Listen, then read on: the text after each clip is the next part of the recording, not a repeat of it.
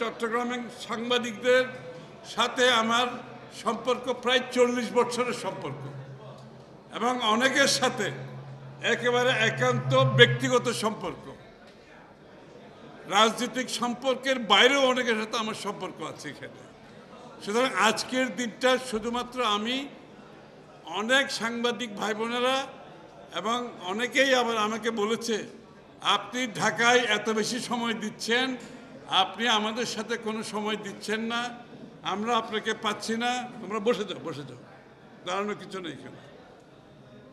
আমরা আপনাকে পাচ্ছি না, আপনার সাথে সময় কাটাতে পারছি না। আমি একই কথা বলি, আমি আমার সাংবাদিক ভাই বোনদের সাথে যখন এত দীর্ঘ সময় কাটিয়েছি, এখন ইদানিংকালে একেবারে সময় দিতে পারছি না, আমি আসতে পারছি না। সুতরাং আজকের দিনটা শুধুমাত্র আপনাদেরকে দেখার জন্য, আপনাদের সাথে কথা বলার জন্য, আপনাদের সাথে আড্ডা মারার জন্য, আর কোনো কারণ নাই।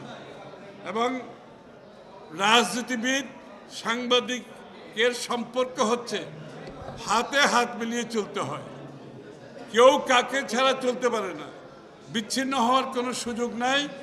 এই জন্য আমি ব্যক্তিগতভাবে চেষ্টা করি সাংবাদিকদের সাথে আমার একটি ব্যক্তিগত সম্পর্ক রাখার জন্য।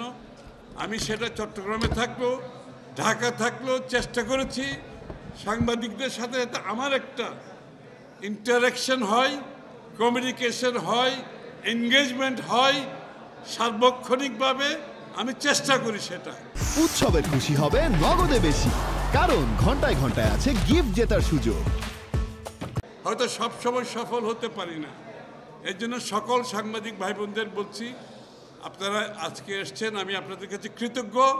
কারণ এই সময়ে কেউ ইফতার পার্টি, যখন ঈদের আমেজ শুরু হয়ে গেছে, এই সময় আসলে ইফতার পার্টির সময়টা শেষ হয়ে গেছে বলা যায়।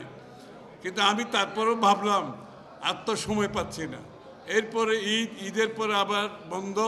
সুতরাং আজকের দিনটা আমি বেছে নিয়েছি। আমি আপনাদের কাছে কৃতজ্ঞতা প্রকাশ করছি, আপনারা কষ্ট করে এসেছেন এবং আমি চট্টগ্রামের সাংবাদিক ভাই বোনদের প্রতি আমার যে ভালোবাসা, ব্যক্তিগত সম্পর্ক, সেটা যাতে কোনোভাবেই ছিন্ন না হয়, আমি আজকের দিনটা বেছে নিয়েছি।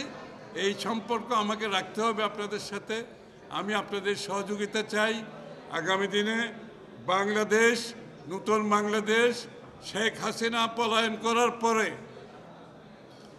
বাংলাদেশের মানুষের মনোজগতে, আমি এই কথাটা ইচ্ছে করে বলি, প্রত্যেক দিন বলি, শেখ হাসিনা পালিয়ে যাওয়ার পরে বাংলাদেশের জনগণের মনোজগতে যে বিশাল পরিবর্তন এসেছে, বিশাল, এইটাকে আমরা রাজনীতিবিদরা ধারণ করতে হবে, সাংবাদিক ভাই বোনদেরকে ধারণ করতে হবে।